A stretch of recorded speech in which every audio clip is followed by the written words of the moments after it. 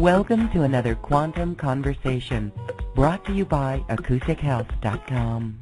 I'm Loren Gailey, and I invite you to sit back as we enter the quantum realm, that space of the greater part of you. It is your connection to infinite possibilities, infinite potential, and infinite mastery. We are dancing in the cosmos with my guest today, who will absolutely raise your vibration and put a smile on your face as we talk about moving out of the head and into the heart. William Linville has an amazing story of being a walk-in and a clear, conscious channel, and he is here to assist us in dissolving from the BS, the belief systems that truly hold us from allowing ourselves to embody our higher self. He is here with us today on this quantum conversation. William, welcome back to the show. Thank you for being here. Oh, thank you so much, sweetheart. It's such an honor and such a blast to get to rock and roll, play together, and get moving and jamming, sweetheart, as always. And thank you for the beautiful invite, because it's so great to be able to assist your brothers get things moving, running, opening, and going faster and faster and faster to continue to activate, to amplify, radiate, and opening, transitioning all the, I guess you would call it, all the little stuff as we're moving and opening so much more, so much lighter, and of course, so much more vibrant. And then, of course, remember who we are, stepping in, stepping up, and opening and activating and amplifying more and more, clearer and clearer, lighter and brighter, as we're stepping into all these beautiful portals and realms of consciousness that no longer have any, let's just say, any bearing, any densification, any weight. And now we're stepping through the fourth, going into the fifth, and some merging into the fourth dimensional plane, to where, it's so interesting, because I would say it could all happen right this second, but unfortunately, everyone's physicality would explode. It kind of put a damper on a date night. Now, from here, it's where we're opening up, transitioning, but also working with your conscious live stream, incarnational live streams that are technically dimensional. So it's not like we're going back to, I don't know, the first invitation of Mr. Whipple and Sherman. Now, because we're not going there so much to relive the past, what we're doing is we're moving forward, we're opening up, we're activating and amplifying to go so much quicker, more fluid, but also very uniquely, individually, to what's going to best serve you, what's going to best complement you, to get things moving, running, and flourishing in so many different ways, so many different shapes and forms that we're opening, we're emanating and permeating with, to step into all these newer, let's say, they've been there, but you have not been here, as far as reaching such a beautiful state and evolution of evolvement, and of course, openness and receptiveness, that we're moving in, we're running through, and we're amplifying and activating so many new portals within the pineal pituitary gland, all the way through the midbrain, the frontal lobe, the midbrain, the back of the brain, going all the way through your grid matrices and the matrices of life, but also all your causal bodies, mental bodies, emotional bodies, and so forth and so forth. And then, of course, the male-female scenarios, and superseding all of the above, to where we no longer have any split. We no longer have any polarized realms of consciousness, but we do have quite beautifully a constant radiance, unfoldment, benevolence, but also, I guess I'd call it a directness that's opening and permeating and opening, lighter, brighter, quicker, and of course faster, to complement you. But also, the more we say, hey man, bring it on, let's go, out with the old, in with the new, well, we start jamming and jamming, until, unfortunately, dear ones get, sometimes preoccupied or worked up, of course, by, okay, I'm letting go of this, letting go of that, and I'm ready to run forth regardless of what it takes. Thy will, not my will, to my big guns, except you can't touch my Volkswagen. and and being able to hold on to something. But yet, interesting and oddly enough, all those somethings are losing momentum, losing power, and also breaking down because, wow, you're being assisted to open up so much more. And I say that. It's like, well, I've got to hold on to my job, got to hold on this, hold on that. Okay, and you could definitely do that. It would be very uncomfortable for you. But at the same time, if we look at it, okay, I'm going to let go of, what I was doing and job and all of this. Sometimes even relationships. And the list goes on and on. But it's so funny because not cliche, not floating in the clouds somewhere. Well, but quite physically, we continue to move forward. And all right, well, big guns, manifest levels, creator levels, the rest of myself, in universe entirely, show me what's been awaiting me. Show me more, show me more, show me more. And it's so interesting, isn't it, how a job, let's say 3 levels above your current job, unfolds, especially when we don't get preoccupied by, well, everyone else has a degree or everyone else is better prepped. And says who? I mean, degrees are wonderful and they make a lot of great memory practices, but at the same time, this is about you jumping in without any, let's just say, reluctancies being held back to where from here, you actually find, and it even unfolds this way, that you become more clear, more radiant, more benevolent, but yet the opportunities become so much more, I'll say higher end, if you will, so much more vibrant because we've taken all the containment cloaks off ourselves and not having any reasons really to say, yeah, bud, positive, negative, or otherwise, just, would I love that position or not? And letting all the other stuff take care of itself, sweetheart. Doesn't it make it so much more fun that way? It does, and you have really opened a portal in our brain right there with that. Okay, so to just recap that, it's really important for us right now to anchor in new Earth by really stepping up. We're all feeling, yes, this great change, and the energies are indeed supporting us. Can you share a little bit about your take on this? Because you were saying that there's no more wavering. It's pretty absolute, and we can activate and amplify to what really serves us best. Absolutely. And you see, the energies that are moving through, that's why I've shown on several occasions about the planetary grid systems activating and, of course, switching over. Well, it's bringing in such a heightened frequency, and we'll call it new energy that has never, ever really been in the manifestational realm. And I'll call it also, to a certain degree, your natural energy, fluidity, and fruition that is flowing around you and through the planet all the way through your embodiment and all the way from the sun and then your central sun intelligence and so forth, streaming downwardly like an interesting boost and jolt, kind of like when you use your jumper cables, right? The other car vehicle or whatever it may be is taking all this power from you. Well, this is going on globally and especially universally as well. And as it's moving in, it's wavering in. It's coming down into, within, and throughout the whole beautiful physical conduit. And then, of course, as we just take a breath, hey, man, more the merrier, let's go. And especially as we're not second-guessing and not being afraid of the energy moving in and moving through, because hands down, it's all occurring to give to you, to support you, and, of course, to complement you, which in turn, obviously, complements your live stream and also complements everyone else in a body on a planet, and, of course, all the kingdoms, the weather, and so forth and so forth.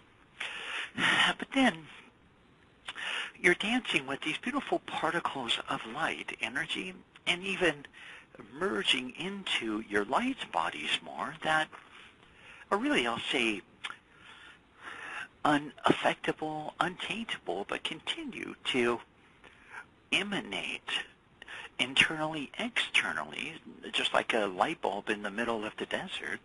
At nighttime, it's like, wow, man, all right, more the merrier, bring it on. And it's interesting because this is where, for a moment, it can seem like everything around us is pitch black, per se. Now, before we make any decisions and definitions about what blackness means, it's really just the mixture of all colors, okay? And then it's like walking through space, if you will, in the cosmos, but yet still being in your body on this planet, to where from here we're in a state of emanation and activations that in turn are letting our bodies, without all this interesting individualized or body consciousness and over focal point, to where it's using our body, even with the regeneration of the body for that matter, it's such a beautiful complementary dance and embrace and fruition that from here is getting rid of and breaking down the egoic states of consciousness and really giving them nowhere to hook in, nowhere to hold, nowhere to grasp onto or bite into. And it's interesting because even with this right now as we go here, can you start to feel more and more of your embodiment, your physical form, starting to kick up more and more, especially as we just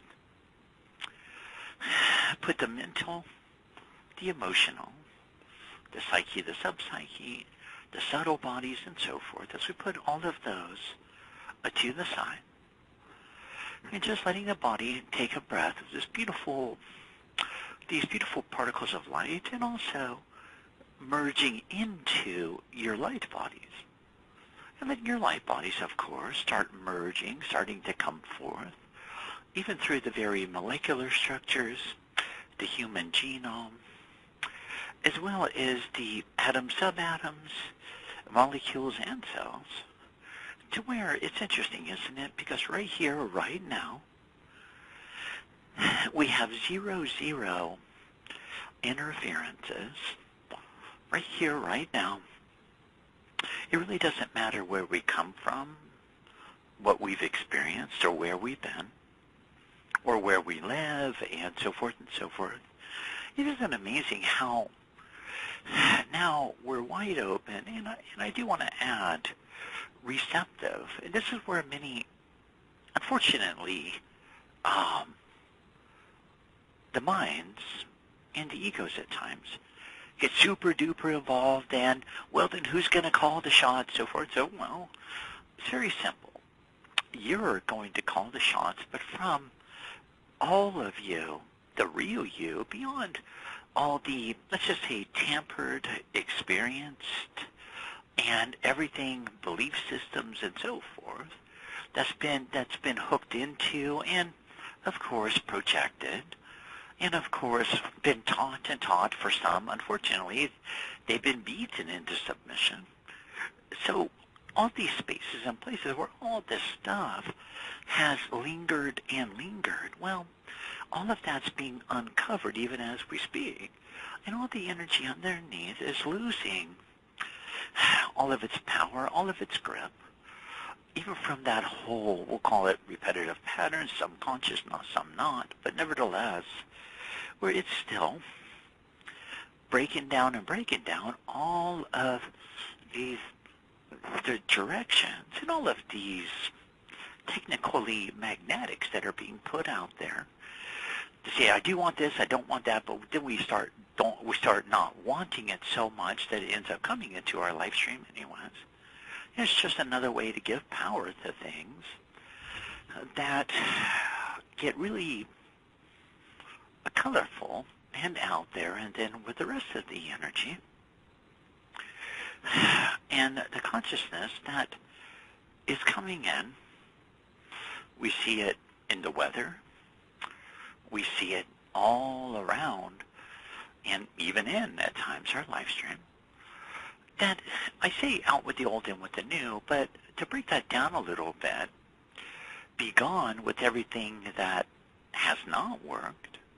Goodbye to all of the scarcity, survival, instantaneous reactions. And then goodbye, goodbye, goodbye to my grandmother's grandfather's beliefs that have, trickled through, and trickled through all of our interesting life streams, even within the family monad now. And goodbye, goodbye, goodbye to even all of the, whether it's society, whether it's family monad, whether it's Catholicism, Amishism, and so forth. Well, to where we're thoroughly, truly, completely healthy, whole, and complete right now, not being tainted or affected by any of the above. And I love it because, even in the physical form that I have right now, okay, well, it used to be really, really, really called the purple and blue, okay. So one day, not to get over analytical with it, but they just didn't feel that have that same umph anymore, the purple and the blue. So I started asking my body and my mind as well, why do you even enjoy those colors? I mean, is it really your decision, or was it coming from all the dear ones that have been in our life, parents, siblings, even society? And it's kind of interesting how it started losing all of its energy, all of its hold, because now it's interesting when you start unraveling this stuff all the way to some dear brothers love chocolate. Is it because you're supposed to, or do you really enjoy it? Like an experience per se, and an expression. And it's interesting because we're not trying to fit into any of these taught boxes. We're not trying to rebel from them either. But we're starting to open up more and more portals for yourself to move in, run through, and dance all over the map without being contained nor conditioned per se. It's nice, the conditioning that says, okay, well, we put on costumes before we go outside, especially in the winter. Now, that's a conditioning that's more survivally based, but it's how we function in our body on a planet, right? Unless you want to go move out to a commune or something. But it's interesting, when you take it all the way down to what you enjoy as sustenance, or what you enjoy, for myself, artwork, okay? And not to get too caught in the head games, but do I really enjoy it? Because many are putting it out there, okay, more than enough abundance and every brilliant opportunity and all the toys, beloved of the heart, and so forth. But, okay, that's great, because if you look at the metaphysical encyclopedia 101, you're going to see that you're supposed to want a beloved of the heart. You're supposed to want a car, vehicle, or a nice home, and wow, now I'm unlimited, so I want more cash. But these are all, basically a manual one of the metaphysicals, okay? But it's interesting because then I've worked with eons of dear ones that say the same thing, and hey, more power to you, and so forth, except that when the truth comes forth, such as they really don't like dear ones in the opposite gender, they really don't enjoy the ones in their same gender, and they're so terrified of being contained, and then so beyond terrified of not being able to live up to and give their beloved of the heart what they're wanting, not being able to provide, care for, take care of, and not being enough, so they have to talk themselves into deserving it, which is kind of an impossible dance. Because how can you really deserve a beloved of the heart? I mean, we can mow the lawn as much as we want, but where's that breaking point to where we can say, all right, now I deserve it? And what would you say, sweetheart?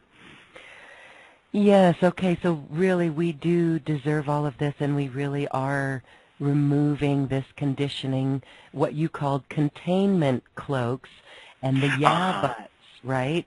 And exactly. So it's like, do we really enjoy it? That is the question in all of it. It's like magic keys. If we really enjoy it, that's what you're saying we're opening up to. We're running through it. We're dancing with. That goes well beyond just what it would perceivably look like on paper. Okay. To now we get to a point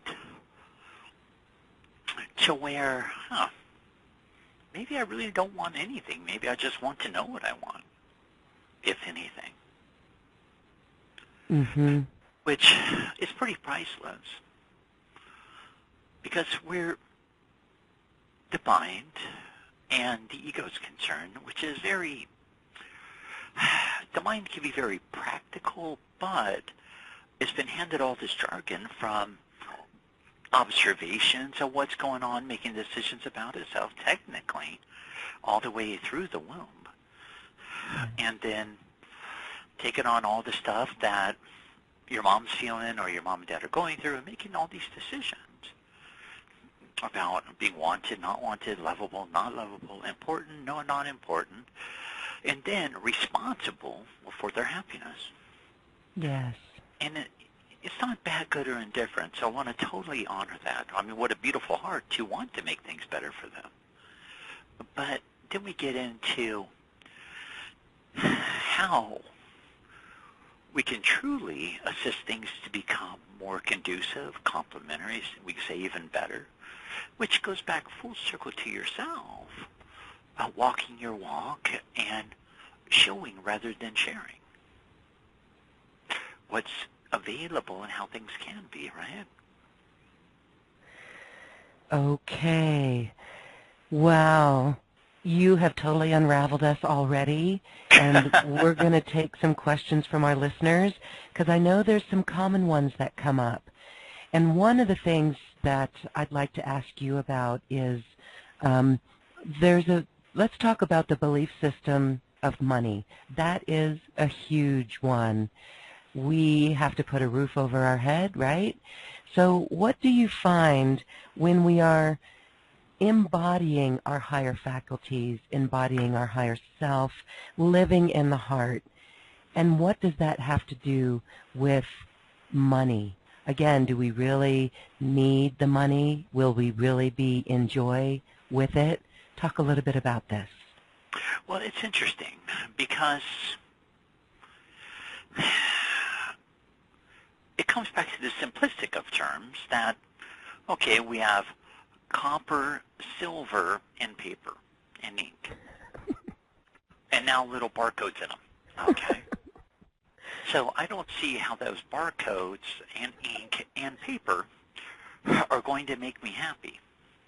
And I can make a big bonfire, but, roast marshmallows or something. But it's interesting because, if we go back to the simplest of terms, going back to the specific needs, right?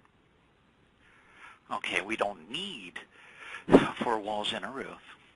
That's kind of just a perk. Okay. This is where everyone think I'm that baddie, right?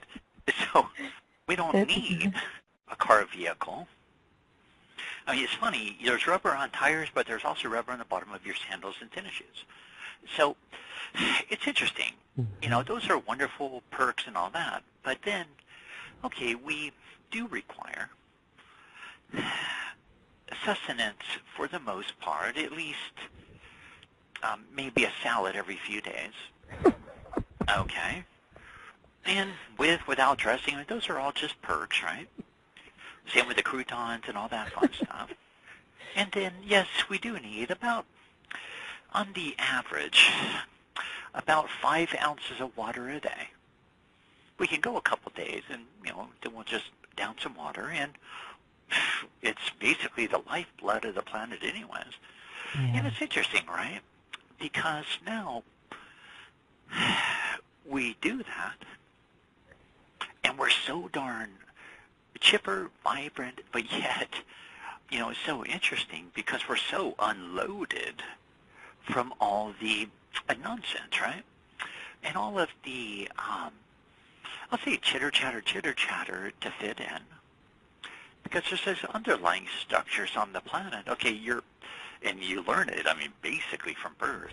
Okay, well, even in the schools, okay, you got to eat this way, that way, 3 healthy meals a day, and then others say, okay, smaller meals and eat 8 times a day. And it's like, wow, you're living your life eating. Okay, so from there, and then, wow, okay, well, that's kind of out there. But, it's interesting when I say that, though, because a salad every other day or every few days, well, your body's going to maintain.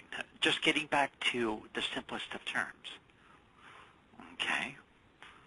The body has never craved a coffee before it had it for the first time. Okay? It's never craved sweets because technically the body had no idea what it was until you had it for the first time. And it's not just having it for the first time, it's also the situations in which you're having it. So, like chocolate, for example. You get a beautiful box of chocolate, and every time you look at it, you have these fun, I'll call them memories or feelings that arise. Great. This chocolate's no longer going to create a weight issue because you just basically repolarized it and charged it up. But then so you can eat all that you want. Well, yeah, to the most part, within reason. There was one dear brother that her body wanted bananas, and I shared that with her. So she went out and bought 4 banana cream pies from Marie Callender's. Now, that might be taking it a little bit over the top. Okay. Especially why her body was wanting to trash pounds, right? Okay. Well, so there's a point of wisdom, at least. Yeah. Okay. Now, you can eat it raw. You can have banana chips. You switch it from bananas to red beets and so forth and so forth. But it's interesting, just going back to the simplistic of terms. At one point, you could just go take a banana off a tree. But, now they have all those rules and regulations and all that. So, okay, I'll give my body a banana if it asks for it, or if it's really, it's kind of a dance between asking for it and cravings. And your body sometimes is going to crave chocolate, but because it accesses the pleasure center of the brain, it releases natural openings of neurotransmitters as well as endorphins. Okay. And where it puts that feeling like an aphrodisiac throughout the system, which is an interesting word because it just means expression and expansion and creating space between the cells. So all of these are wonderful tools. It's just, I always look at, okay, where are we coming from when we're partaking? And not becoming like super anal about it, but really, okay, it doesn't mean I want the sweetness of life and all the stuff and all the energy put into things. But really, if my body wants a piece of chocolate, which I don't believe it ever has, but at the same time, it would just be able to create a calm within the rest of the chemical structures in the brain. Isn't that fun? Yeah, so you don't think your body ever really needed or wanted the chocolate, even though it would calm the brain. You're really listening to the body. Yeah, because from there, of course, things are created that you start to crave, or you make these associations with it. So when this happens, that happens, that happens. Mm-hmm. I break out the Godivas, okay, or for some, it's alcoholic beverages. For some, it's just sustenance as a whole. It's different for everyone. But if you watch it for a minute, I mean, like really sincerely watch, okay, I wonder why I would be craving this or craving that, or being drawn to this, that, or the other. And the odd thing is that you check your system, it's not even hungry. So, okay, now I want to know what's really going on. And then we go beyond the veils through the psyche, sub-psyche, emotional calibration lattice work. And it's interesting, without creating rocket science out of it, we're just asking, did it show itself? And then at times it's when you're eating at the table with others and things are really stressful and you couldn't put enough in your mouth to try to suppress.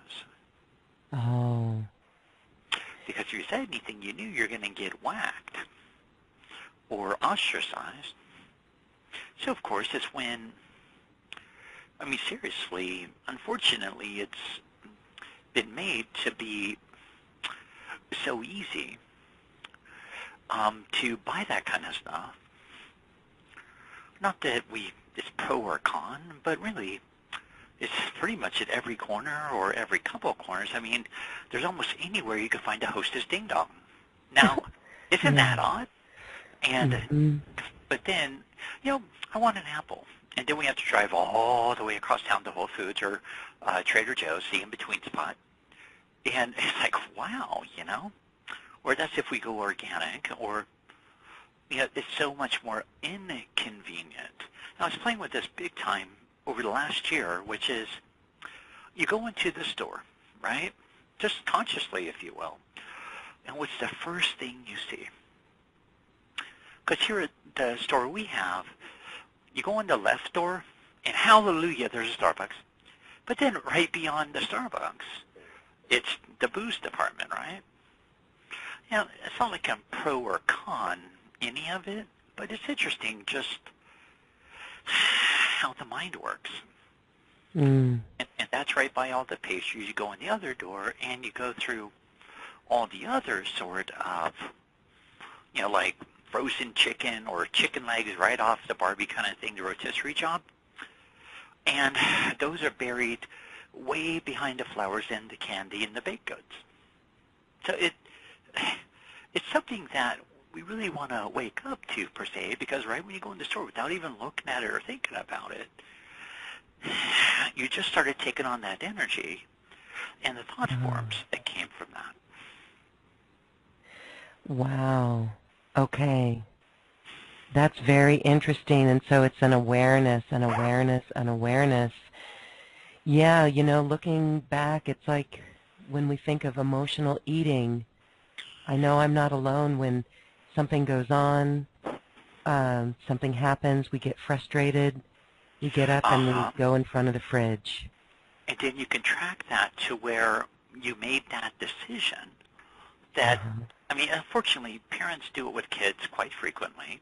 Well, let's go to McDonald's. Okay, well, let's go get a cheeseburger. Okay, let's go get an ice cream scoop. When the little one's having a tough time. Yes. And then they start making the association that, okay, when I feel like this, I consume. Yes, we even have the word comfort food. Yeah, and that's, unfortunately, but interesting, how the majority of the planets ran off comfort food. You know, except you're living out in the fields and all that. You know, that's a little bit different because you don't have an AM, PM right there. But before long, I mean, all right, well, rice patties and sugar this, that, and the other. And it's not like a dig on any of that, except it's really looking at it right in the eyes to see, also come to terms, what has control over you? Yes. Okay, coming to terms with what has control over you. Yeah, and then we come back to the heart and become more and more, because we're technically regathering more of ourselves when we go there. And it's interesting, right? Because we're welcoming more and more and more of ourself in, ourself back, and becoming more and more clear, more radiant, benevolent, and so forth. But yet, recollecting all these For some, soul fragments. For others, places that you're still hooked in with, and you're still really technically still connected with it. Does that make sense, we are? I was going to ask you to explain more of what it means to be hooked in with something. Is that a belief system? Is it maybe someone treats you poorly? What does that mean to be hooked in? Well, it's like, here I am, and my angel really enjoys Thai food, so sometimes I'll go along with her, okay? And while she does the chai, I'll get, I don't know, crab, whatever things or something. But the point is that one day we were in there, and in the kitchen they started having a yelling contest. Now, I was right down at the lumpia at that point on the menu, okay? And whenever I look at that place, what's the first thing that flashes in my mind? The yelling contest. Actually, the lumpia. Oh, okay.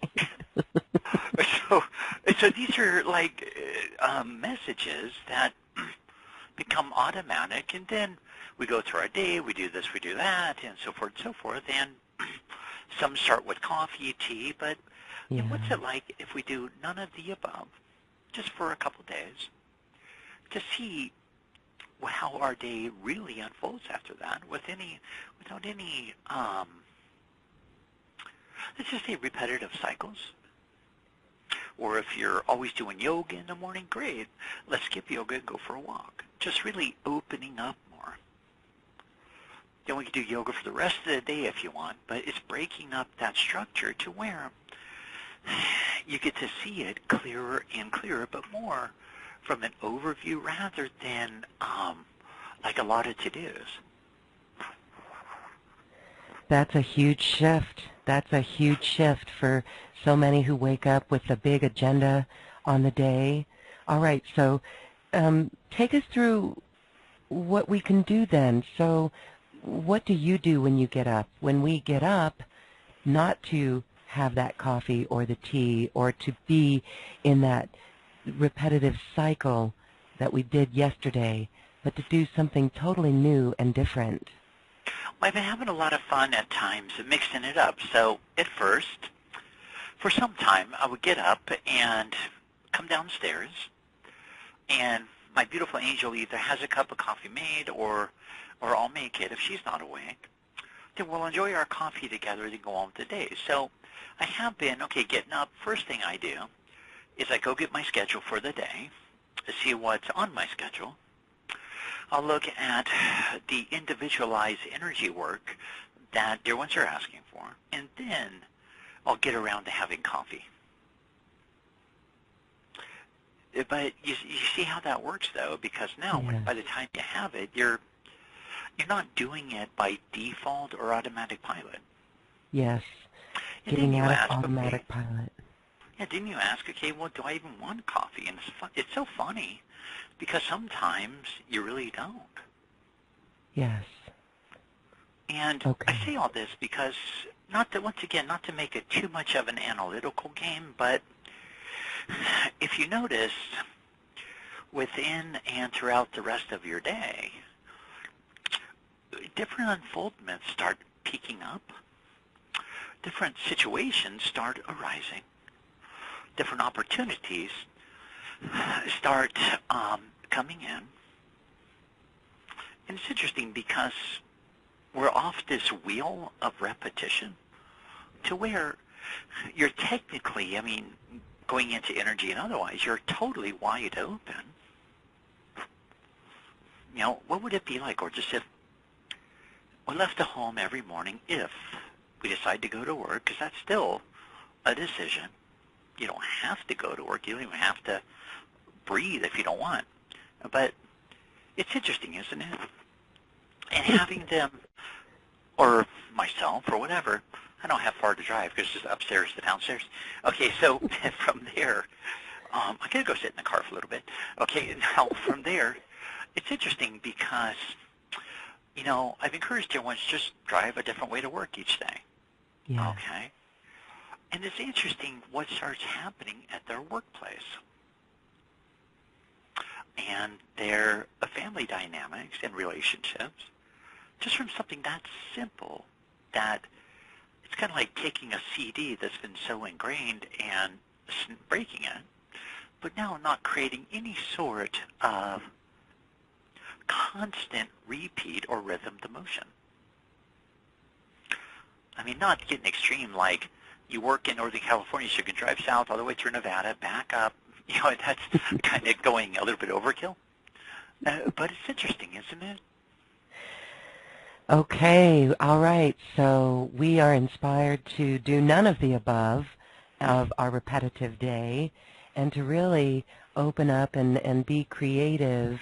And it's all centered in the heart then, when we can be back in the heart. Okay. And watching how everything flows from there. And I really mean yourself, the way you feel, even to what comes forth in the manifest world, to add to and, of course, to complement you, and even how our clarity continues to change, it continues to grow, it continues to expand, to where, it's interesting, we don't really get worked up or overtaken by any and all labels, boxes, and so forth. Because from there, let's say we drive a different way to work for a week, and then, all right, now aren't we more apt just to flow into the office without our system, our body, starting to lock up and almost as if it's prepping for battle? Yeah. Okay. And that's the other part, that we're collapsing right there. And then, from sustenance all the way to energy. Energy is not destroyable, but it can become very dense, and that's from the repetitions. At least locked in repetitions. Yes, okay. Have you ever heard of anyone getting carpal tunnel when they're not doing the same thing the same way every day? Yeah, that's true. What do you do with time? We really have to step out of time. What you're saying here is going with the flow, doing something different, not worrying about time, actually changes the energy and puts us in the flow. That's where magic happens. Absolutely. And it's really simple because, like right now, let's just bring our consciousness right through our heart. Let's not give it any definitions. And let's really just feel right there. And if you want, just put your hand there.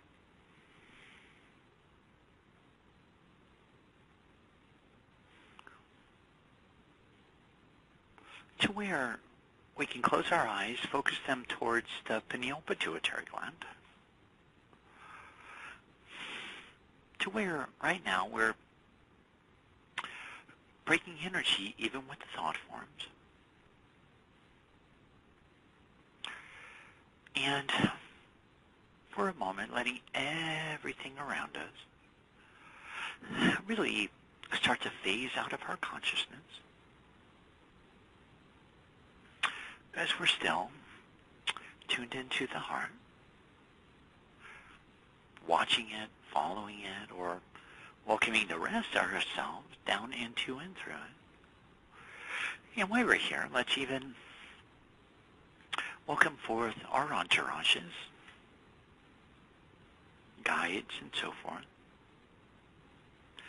Because right here, right now, we're in a point, in a place, where we can actually feel them, connect with them, and also, of course, letting it become a two-way relationship.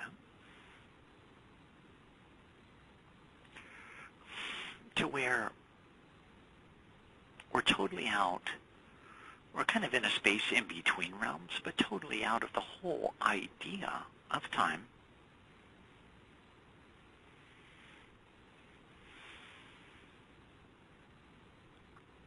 Where we can just automatically, quite literally, feel beyond our body,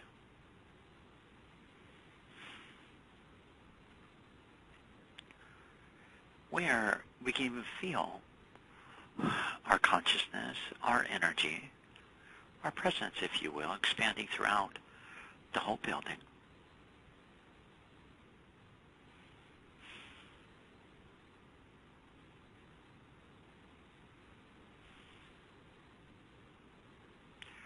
And then just taking a breath, letting the heart continue to open and grow, and let's even welcome in more and more of yourself and the Creator incarnate that you are.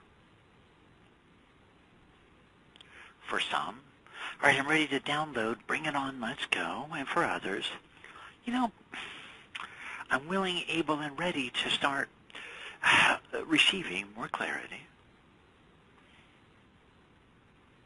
We don't have to be super specific on the clarity, just the clarity about whatever and however is going to add to my life stream, and even adding to oneself. Now let's just take a breath and letting our consciousness go a little bit south into the solar plexus and the diaphragm, just doing a beautiful systems check.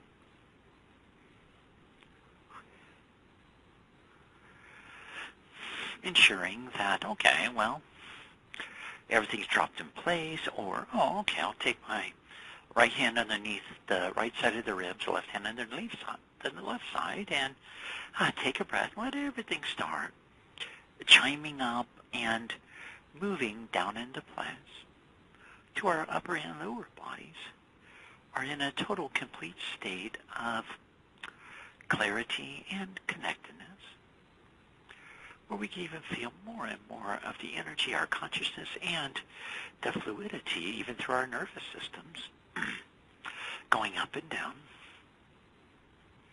which in turn is addressing our everyday carnal levels, taking them off heightened alert, and just letting it open and open more and more and more.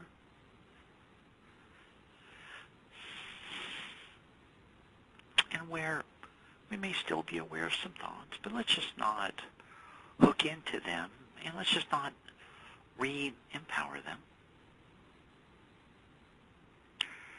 And just letting the body take another deep breath in through the nose, holding for a moment, then slowly exhaling through the mouth, like having your mouth in a puckered up position and exhaling.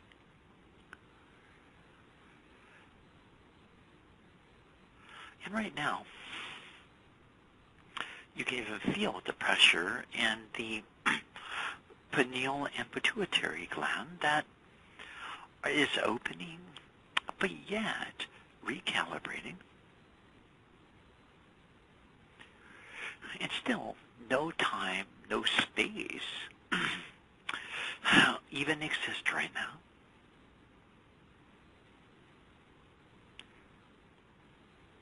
And where we're opening and of course, merging and radiating so powerfully, so benevolently, so exquisitely, and so, let's say magically, as we're opening and opening, and gathering more and more, for one, momentum, for two, optimum health and well-being and homeostasis. And now, perfect, because now we even have the door wide open about letting the body connect or communicate with us, or send us words or thoughts or messages. All right, buddy, how you doing, buddy? What you up to? Are you regenerating, recalibrating? Are you also still doing your part? Is there anything you would like or anything you would not like in our life? And how clear is it for you, sweetheart?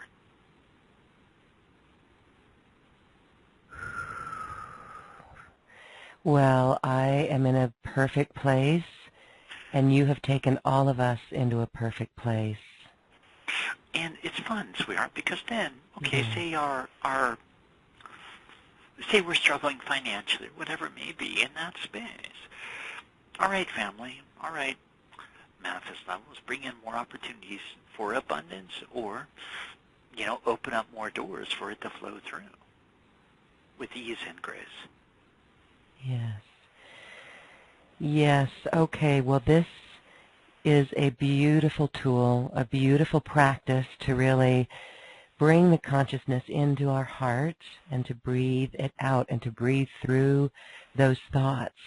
A question that comes in, a common one from so many, is, and I think you've just explained it, how we manifest. We hear that we create with our thoughts, that thoughts are very powerful, but the heart is more powerful. Being in the heart, being asked to be shown the clarity, that is way more powerful than the thoughts. Oh, absolutely, because with the heart, it's interesting because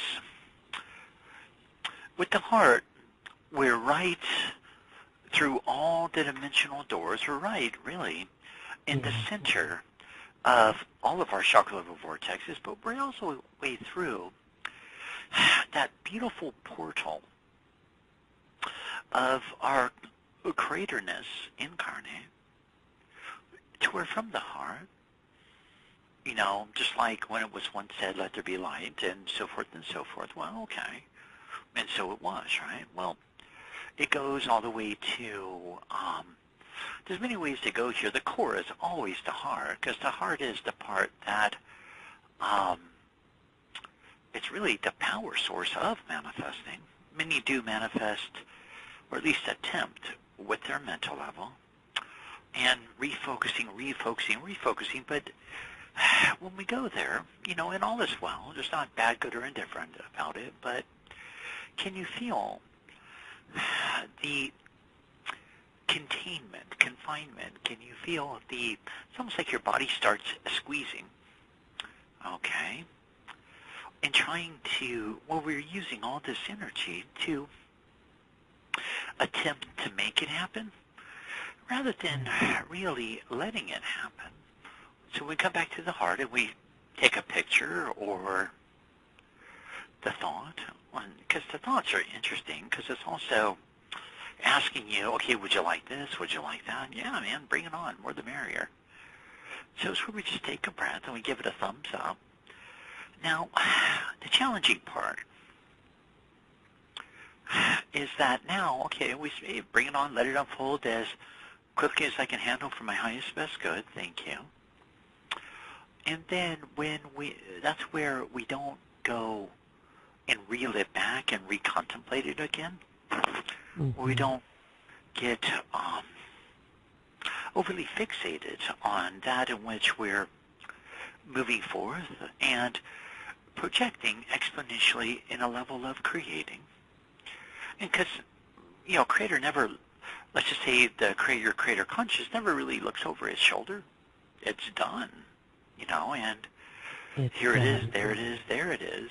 And it's interesting because from the heart, we go directly through the mass collective consciousness. We go directly through the astral planes of consciousness, and we go directly into the cosmic lattice work, which technically you're tugging on and allowing for all of these beautiful situations, scenarios, events, and so forth to align within your life stream that we're moving with, that we're growing with, and that are coming in to complement you as a beautiful gift of love and supportiveness, and of course, abundance that we're not bound up by. Yes, beautiful. Beautiful words right there, and we can feel into that. And again, this is the way of New Earth and the way of moving forward and creating, being in joy and manifesting through the heart. That's very powerful. Okay, well, William, I want to get to some questions. Okay, gorgeous.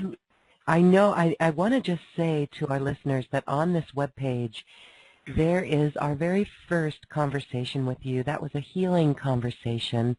Oh my goodness, we did that years ago. I think that was season 4 of Healing Conversations. Uh-huh. And that shares, I'm pointing our listeners to take a listen to that episode because you shared your walk-in experience and how you walked into a body over 400 pounds and actually didn't have any hooks. Exactly what we're talking about in this show is what you used in this walk-in experience and how you surrendered to higher consciousness and you didn't have any belief systems, and it really did change the physical body, and it manifested your beloved in your life and a beautiful expanding life that you have. So I point our listeners to that show. And now we'll just go to a couple of callers. Let's go to Randy. Hi, Randy. Oh, my goodness, so world-class. I'll keep it brief out of respect for other people's opportunity. I love you. The first one to introduce us was April, like 8 years ago, April in New York.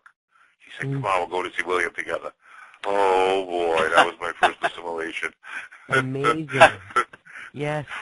I'm healing this body. I believe that connecting to my innate intelligence and upgrading my DNA, activating it more, will be one of the most productive ventures on that journey. Where can you go from there? Thank you. I love you. Okay, now, what was the last part? Where can we go from where?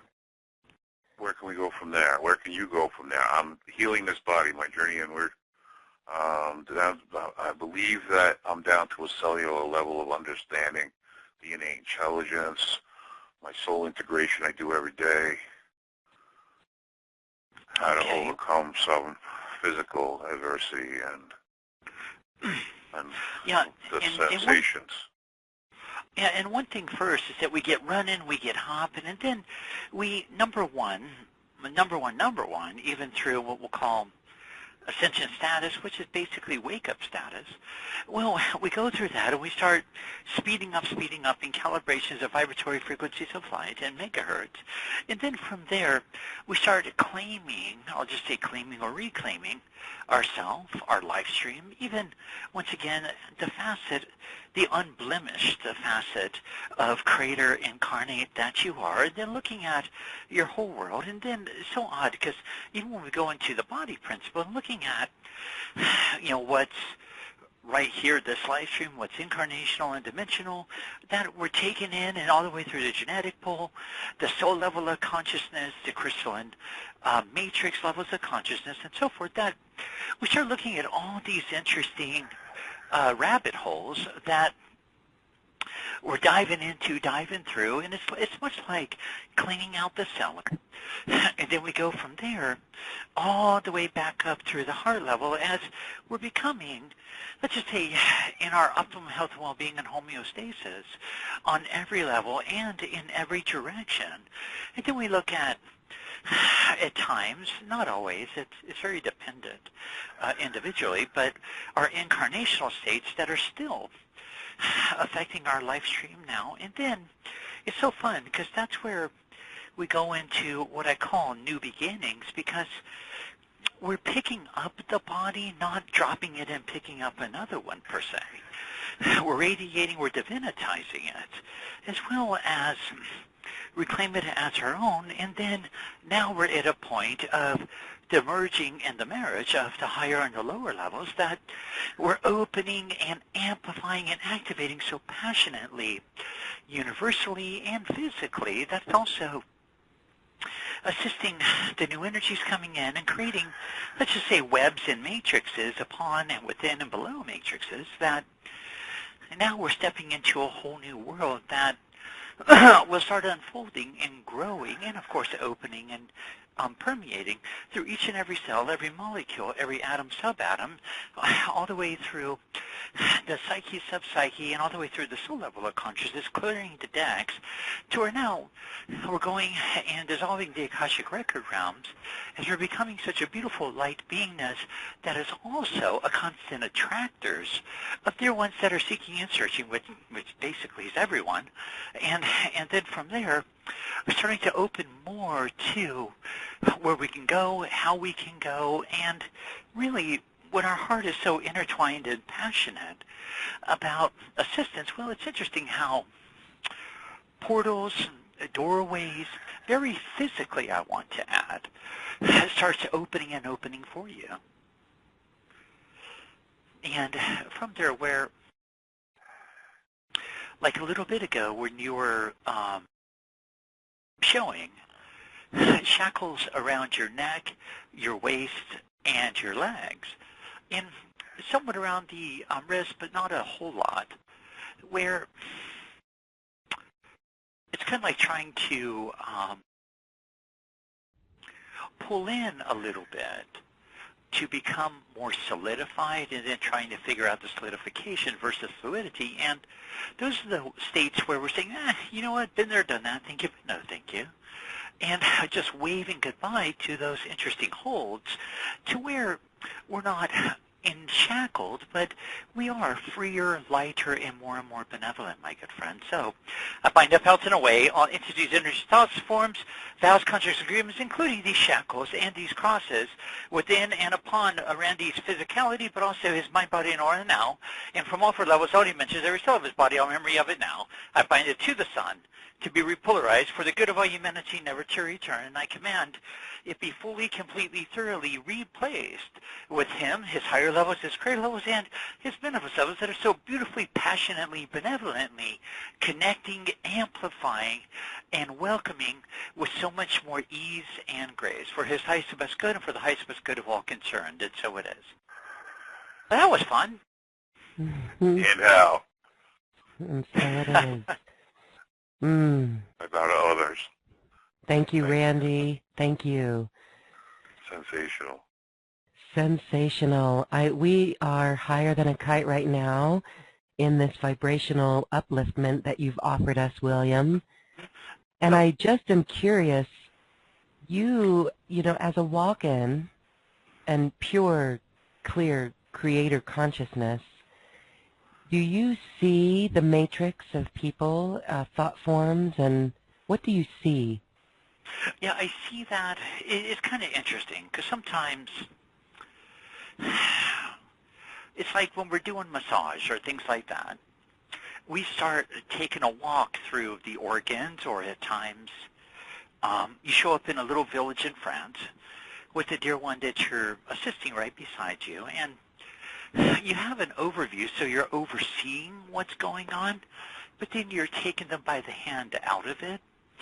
And at other times, you're watching all the, let's just say, conflicts and turmoils that they're moving through and running through. And then you assist them out of that. And it's interesting because you assist them out and you break energy from it to where they're able to bring back, if you will, the wisdom and the clarity, but no longer all of the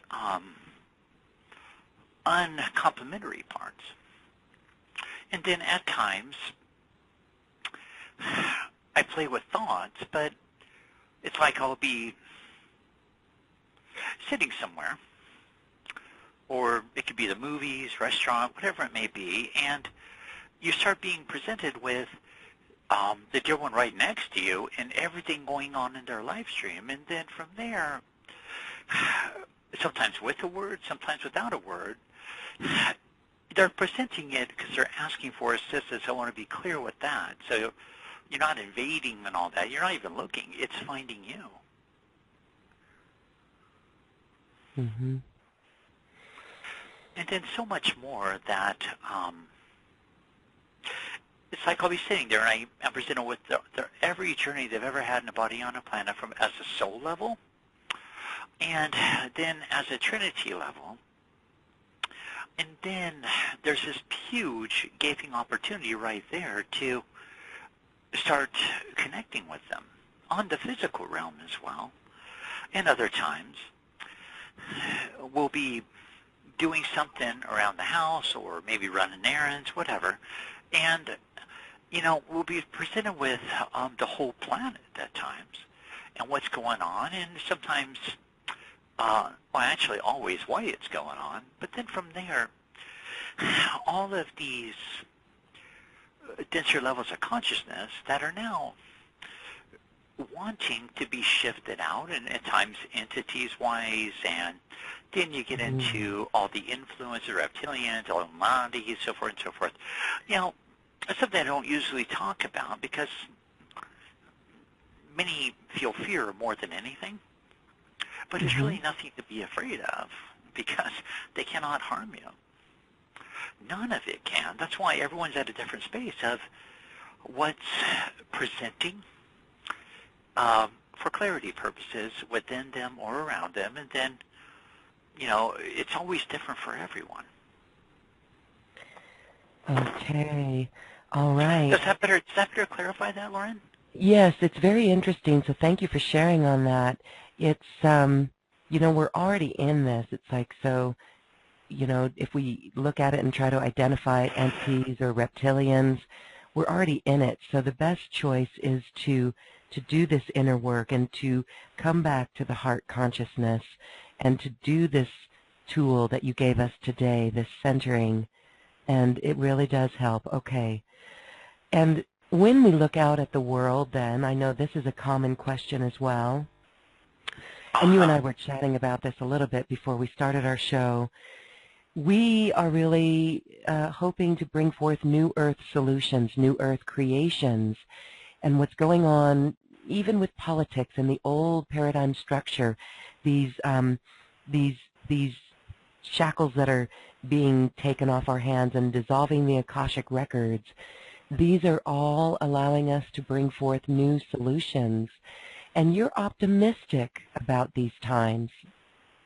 Oh, totally, because if you watch everything going on, okay, you can go in, have the inside on it, the outside on it, and so forth, but, the part I find interesting is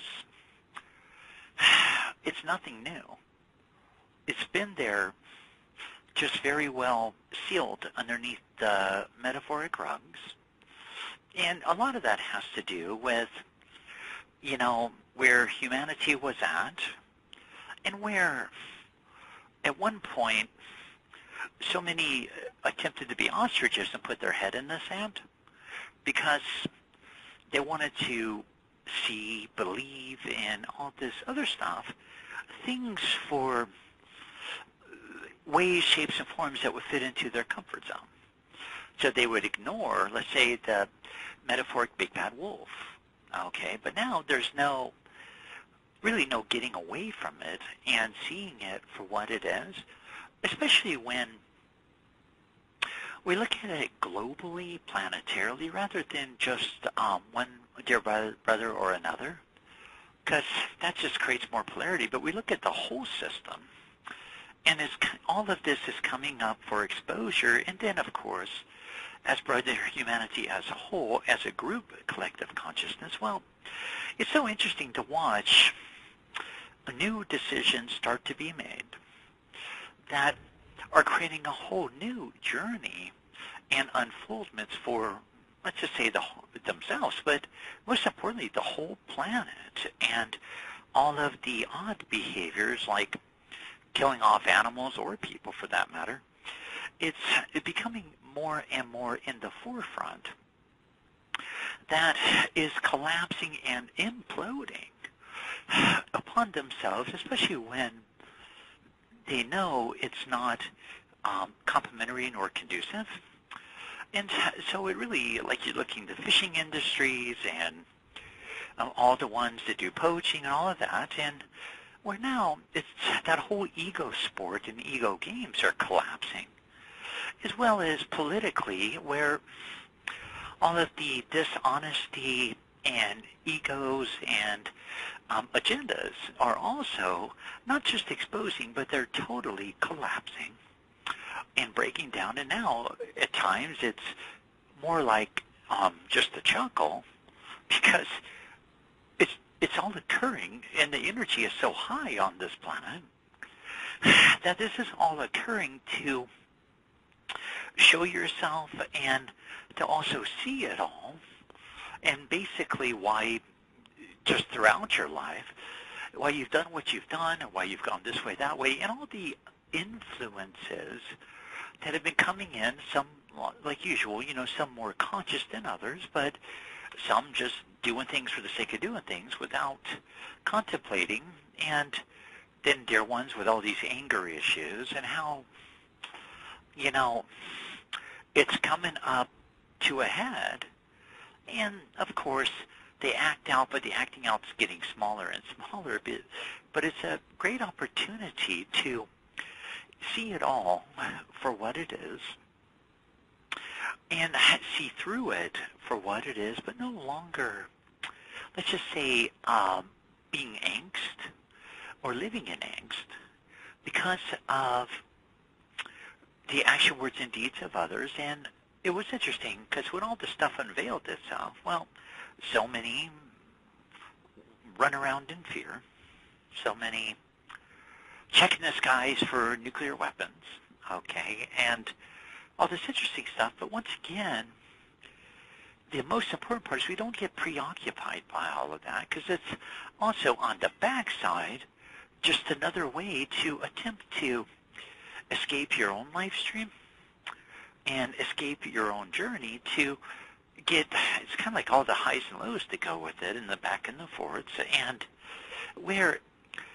it puts a damper on your own life stream and yourself. And the best gift we can give the whole planet and everyone on it and beyond is to walk our walk fully and completely with all of our heart, not necessarily the overanalyzation and being taken for a ride with the mind. We would definitely want to see it through the heart because that's where you start seeing through things, but also starting to see things through your eyes as creator incarnate, where you start seeing things, and even through your light realms from the heart, that we get to see the true picture, not the fight and flight picture. Mm-hmm. Okay, beautiful. We will have the courage to walk our walk fully and completely, authentically, and with no fear of having rocks thrown at us or eyes rolled, right? Exactly. Because one day try that, okay, or burning crosses in front of your house and all that. Well, it's interesting, isn't it? Because we can let it seemingly become intimidating, mm-hmm. and we're taught, just as a fact, to pull back, withdraw, to protect ourselves. But it's interesting because when we do all of the above, now we're playing with survival versus survival, because our egos are acting out because they're so afraid of, for one, how they feel, but they're also so afraid of stepping out of their roles and molds. And that's where, we're right there and saying, you may believe this or believe that, and all is well, but, this over here still, it just is what it is. And not getting wrapped up in philosophies as much as letting the heart overflow and express through you. Yes, okay. Let the heart overflow and express through us. Really wise words and wonderful wisdom from William Linville. William, you are an amazing teacher. You are multidimensional. You are totally cosmic. You are, I don't know what dimension we can say that you live in. Let's talk a little bit about that. Where do you think that you reside most of? The heart is multidimensional. It is a portal. So where do you, it seems like you're really in a very high vibration, and So this is a two-part question. Where do you really hang out dimensionally? I would say it's 5 and above. And do you remember incarnations of past lives and on other planets? Absolutely. And where I hang out the most is the spaces in between dimensions where it's complete gold. It's complete light in every direction from the skies to the ground. And hanging out a lot with the ascended host realms, and then, of course, playing in the celestial realms. And then from there, being way across the whole universe, and I'll call it dancing, but walking in between realms of dimensions, so, or even between universes for that matter. And it's interesting because, you look at Pleiades, then you look at Sirius, and even the Orion, and so forth. And it's interesting, sweetheart, because here you are, and I'll just say you're in a state of isness, you just are, where there's not a personality level, there's not really even contemplations. And you're in a state of all-knowingness, but also from there, where you're in a state of constant openness, divinity, expressiveness, and then listening to all the frequencies and the tones that I just say are happening all around you. Because at that point, you have a body, but you're beyond the body. Not like you're out of it, but it's kind of like, you have dishes in the cupboard, but it doesn't mean you have to use them per se.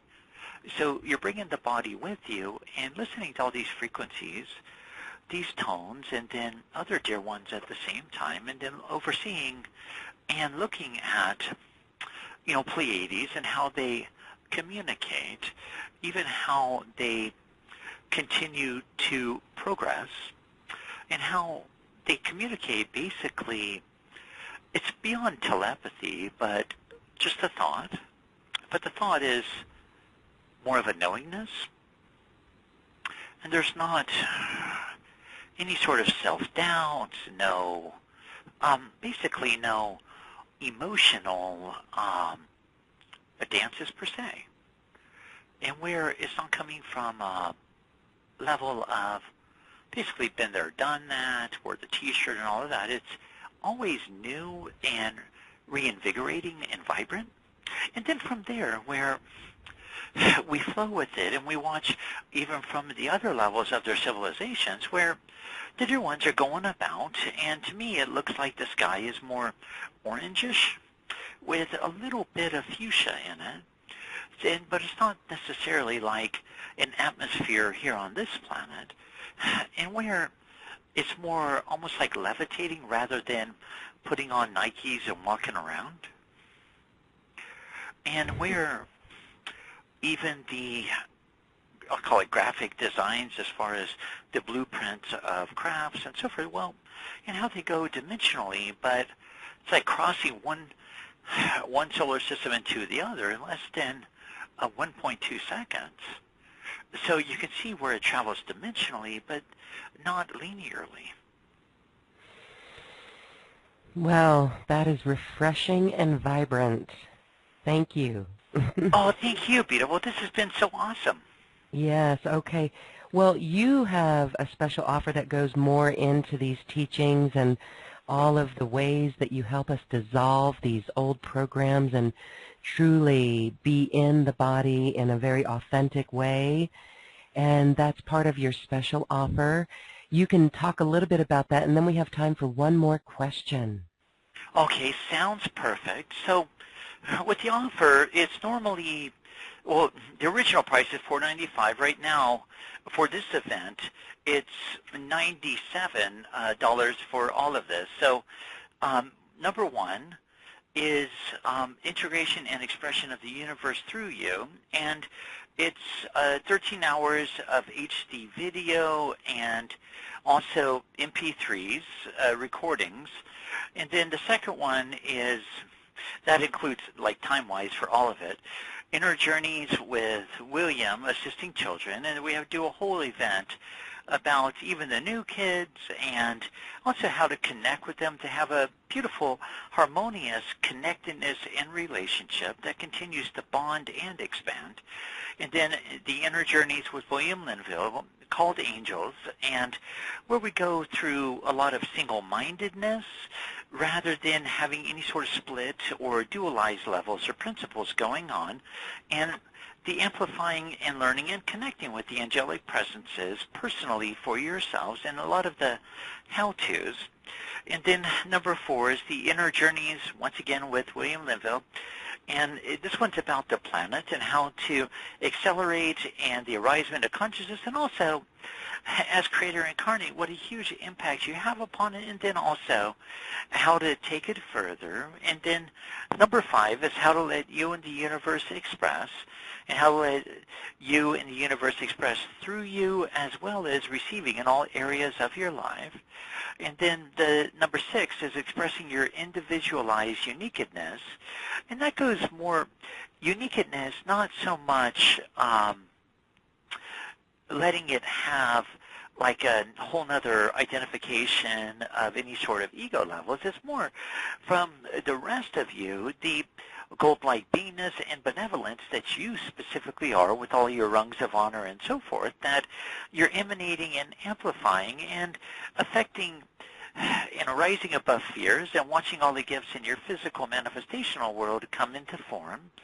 And then number 7, expressing and receiving love in all ways. And this one goes from family, friends, children, and really how we act, interact, and engage with all of Brother Humanity and really all of creation and beyond, and how to play with more and more of savoring the abundance of love in every way to add to you rather than any highs and lows.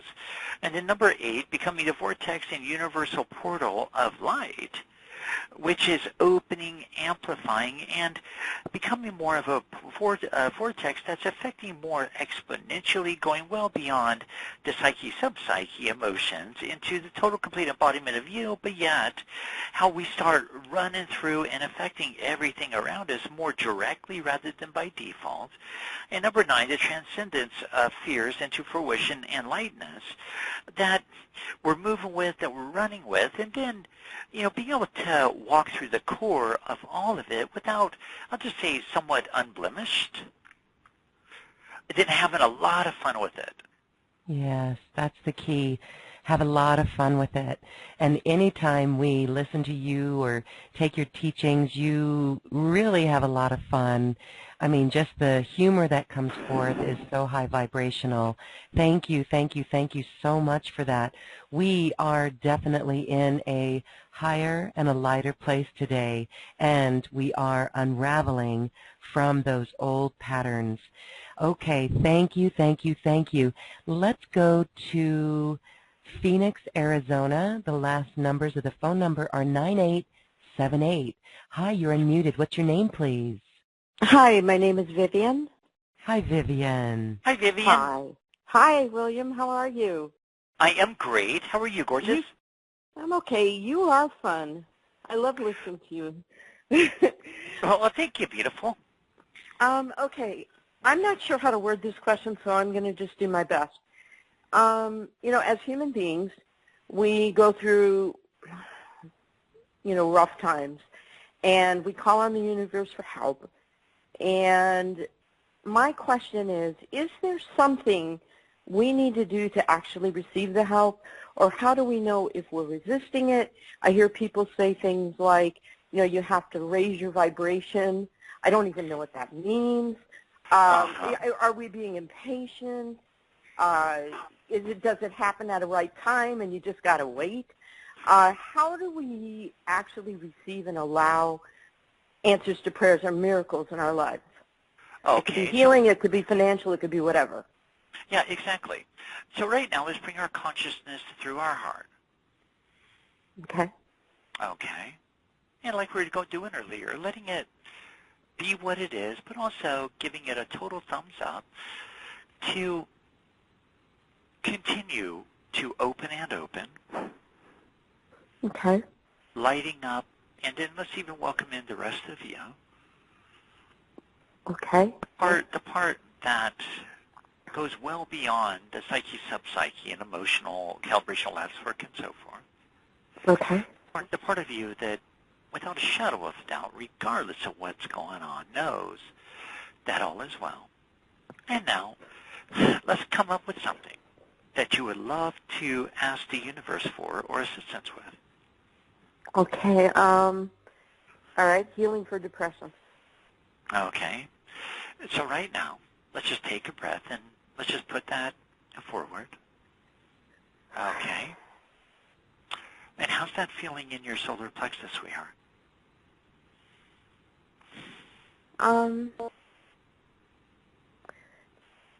It's not really knotted, but it's not relaxed. It's sort of Exactly. just there. You know what I mean?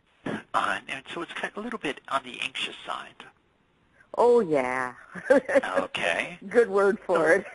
Exactly. So let's just take a breath and, sometimes we can take a deep breath, get on our tiptoes, and then on the exhale, fall back onto our heels. Or we can take the right hand on the right side, left side, take a deep breath, and don't push, but let the flat parts of the fingers start sinking in. Sinking into the solar plexus? Diaphragm? Oh, yeah. okay.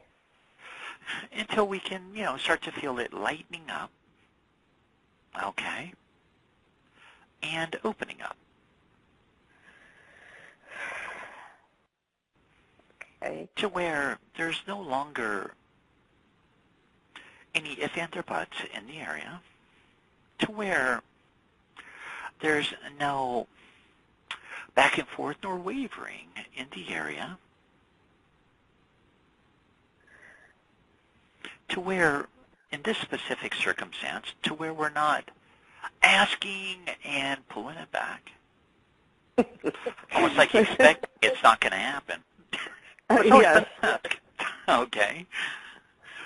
So, let's just let that area open, and even from the heart, letting the heart merge down into the solar plexus area and picking it up, embracing it, and feeling more and more and more connected with our lower levels.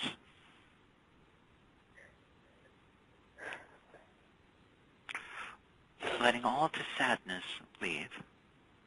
Letting all the betrayal, the abandonment, the pretty much being left out on our own. Just letting the body take another breath and just dissolve it.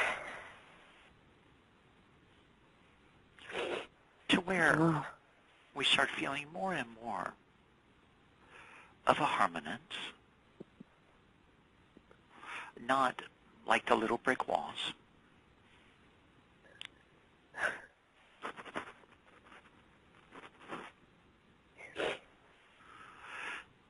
And how's it beginning to feel? I don't know, I just feel a lot of sadness coming up. Exactly. So let's just take another breath. Let's not try to take the sadness by the horns. Okay? Okay. Let's not fight it one iota. Okay. Doesn't do any good anyway. But it just makes it stronger, actually. And it makes you more depressed. Okay? Yeah, yeah. So let's just take a breath and letting it come up and come up and come up.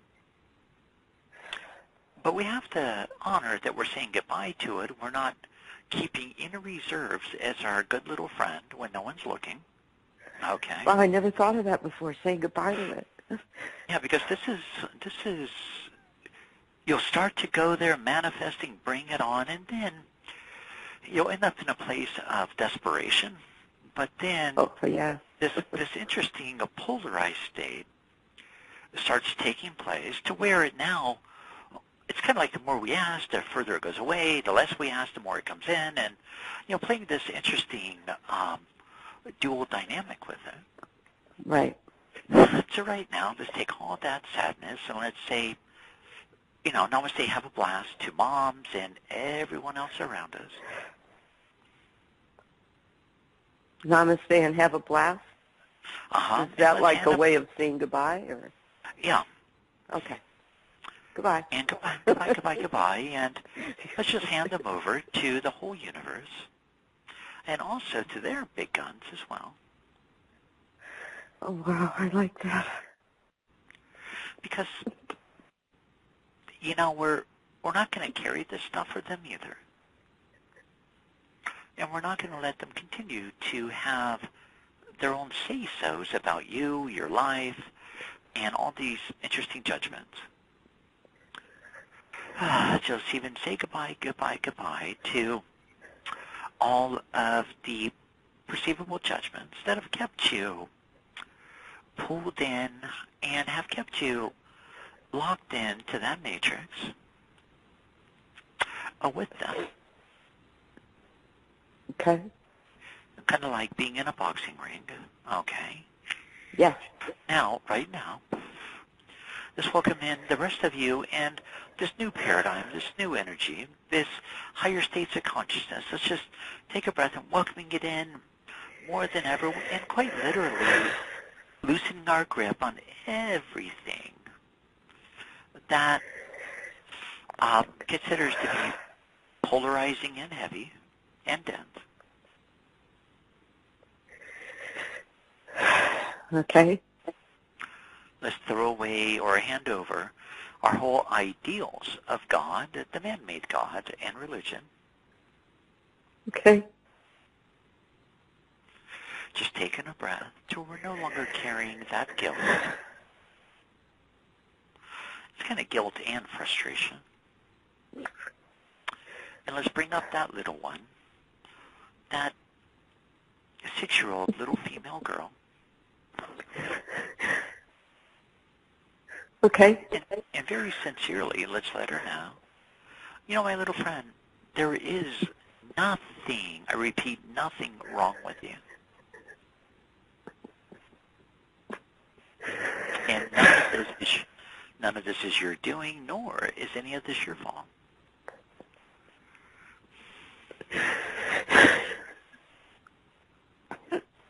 Okay. Let her take all those wet blankets off her. Let's just take another breath. Let's just send her out to play.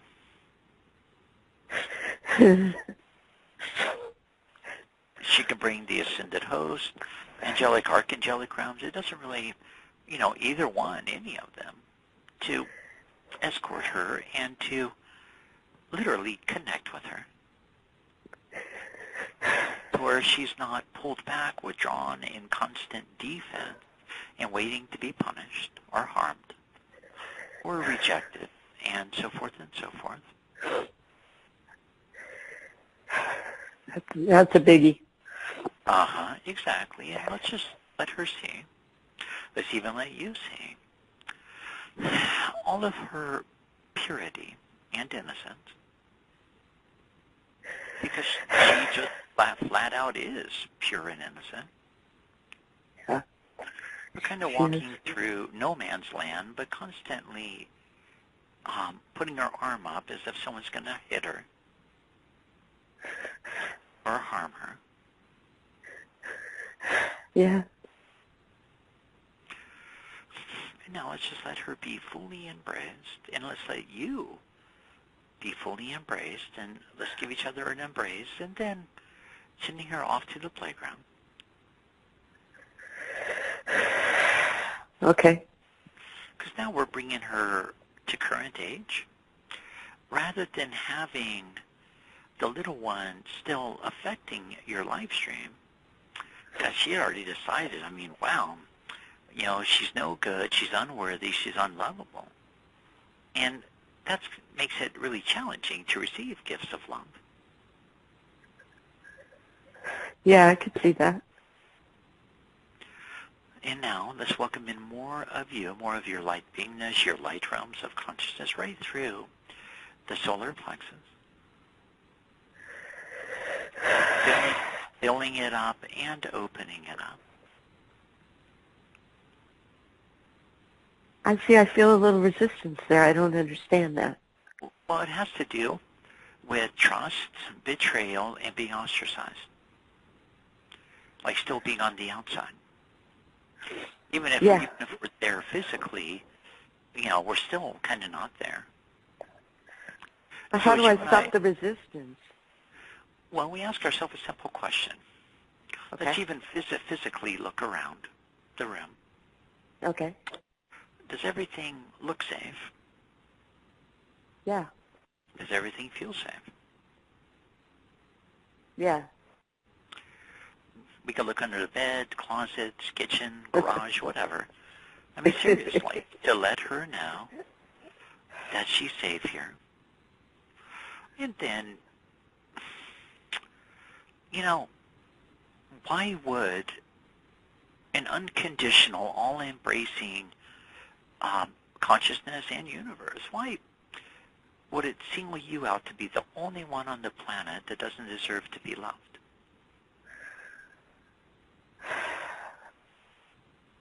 I can say I feel that sometimes, but I don't know why. Well, it goes incarnationally, especially trying to save the kids from the, I guess you would say, it looks like a convent and a mission sort of home to save the children from harm's way, but still having the place burned down, and it was totally out of your control to where you started cursing into the heavens. Okay. Do you remember that, sweetheart? Not in this lifetime. Oh, no, it's incarnational by all means. And what does that mean, incarnational? I'm sorry. Past lives. Oh, okay, okay. And dimensional that you brought in this time around, still with the symptomologies of depression, because you took it in and took it on as your fault, when really there was only one of you, and everyone else was pretty much running for the hills, and no one was tending to the little ones. Wow. Now, it's kind of a loaded one. Okay. So which goes also with the sadness, but the part I look at most is the self-inflicted punishment. Okay. Does that make sense, sweetheart? Yeah, it does. I'm just not sure how to stop it. Well, right now, I see it. I just don't know how to stop it. Sorry. So let's let it know. It's just no longer welcome here. But let's totally mean it. Because for the majority of your current life, you've pulled back so that you wouldn't be seen, wouldn't be heard, and you could be safe. Okay? Right. So now, let's let it know this is my body and my life now, and you're no longer welcome here, and all vows, contracts, agreements are null and void. Okay. Now, on the opposite side, how do you feel about being here? Oh. Because you do a lot of tug-of-wars. One part says, yeah, where's my ticket? I'm checking it. You have no idea. No, absolutely. There have been times where it's kind of like, if this is how life is going to continue, I don't want to be here. Of course. If it doesn't get better, Of course. And just for clarity, how does that feel in your body? Horrible. So there goes the health and well-being out the window. Okay. Okay. Until we truly together make the decision that you're here to stay. Because even how things are now, let's even give yourself permission to walk away from it all. So come to terms with what is and say, even if it doesn't change, I want to be here. Well, more of, I can do that. We can walk away from it at any moment. What do you mean by walk away from it? I don't understand that. I play with this sometimes about just grabbing a little knapsack, putting a few waters in it, and just walking into Red Rock and not turning back. Okay. Now, so I have the freedom, no matter what, I can go to Utah and do what the ones have done for eons and live in the wilderness or the mountains. And so no one's making me be in a certain situation or another. Okay? So as we give ourselves that freedom, how is it starting to feel? All I can think of is to do anything like that costs money, and I don't have the money. Well, actually, it doesn't cost any money. Right? Okay. It's actually, in that state, money doesn't even exist.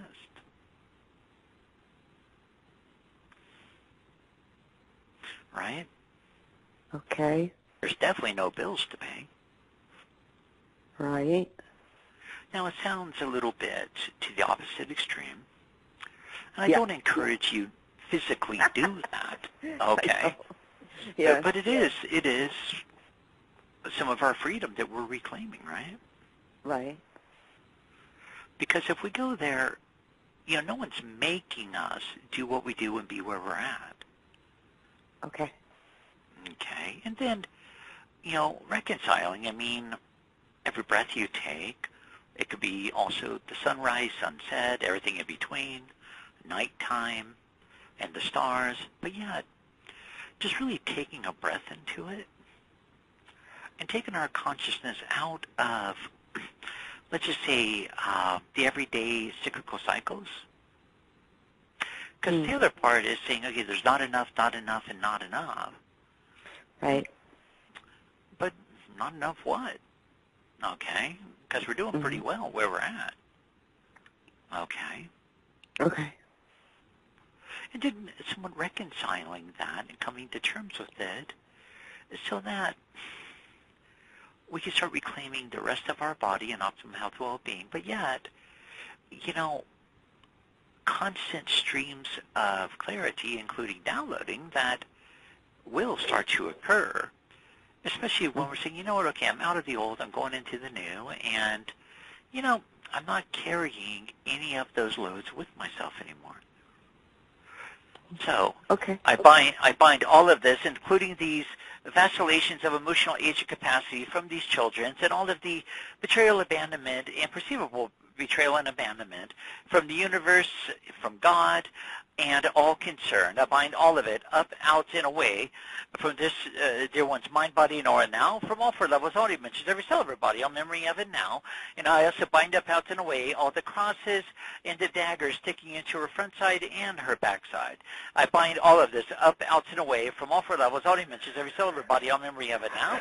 And I bind it to the sun to be polarized for the good of all humanity, never to return. Now, bind up, out, and away all polarities and all fear, and the cause, core, the record, and effect of it, up, out, and away from her mind, body, and aura now, from all four levels, all dimensions, every cell of her body, all memory of it now, and I bind it to the sun to be repolarized for the good of all humanity, never to return. And so it is. And so it is. Okay, how you feel now, sweetheart? I feel grateful. Thank you so, so much. And thank you for letting me to take the time to talk to you. I appreciate anytime, it. sweetheart. And to your host Absolutely. there. And it's affecting everyone at the same time. So it's always a win-win. That's good. Thank you so much.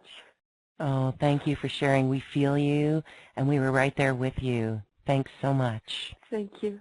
Blessings. Well, William, this is very liberating, and a beautiful tutorial on how we truly be in the heart and work through these issues and give ourselves permission to be fully open in the heart. As we say goodbye, do you like to share any last comments? Absolutely. You're healthy, whole, and complete on every right. The whole perception of lack in conflict is all driven by an egoic structure that wants to have you perceive itself to be you. It is a structure in which it is a win for one but a loss for many. It is a structure that you feel the emptiness within and through. It's a structure that no longer is being your master, but yet you as the master of love, the master of light, and also the master of divinitization is arising, and to trust what you're getting, for as you're trusting what you're getting, we can lay more in front of you to complement you, your life, and also the physical vibratory levels and frequencies of light, including the openness and rewriting of the mind molecular structure all the way into the atoms. And namaste. And with that, we are liberated, and we are feeling the mastery of love and the mastery of divinitization. And that was Sananda and Michael. So just when you connect with them, you can hear the frequencies, feel the tones as well. So much wisdom, William Linville, that you share with the world. We are so grateful to you and so grateful for our time together in this quantum conversation. Thank you, thank you, thank you for being here. Oh, always, always. And thank you for this beautiful opportunity. Oh, thank you so much for being here and for lifting our spirits and for showing us an incredible tool to truly live through the heart and bring in new earth. William Linville, it's been my pleasure. Thank you so much. And thank you, and we sure love you, everybody, and we'll talk to you soon. We'll talk to you soon. Have a beautiful evening. Thanks so much. You too, sweetheart. Bye. Thank you. Okay, we are floating in the cosmos on that one, dancing in the cosmos with William. Thank you, too, for listening and sharing in this space today. We leave you now with music from the universe, literally sacred geometry of music, as musical notes were assigned to mathematical equations. The result is this beautiful music, available at acoustichealth.com.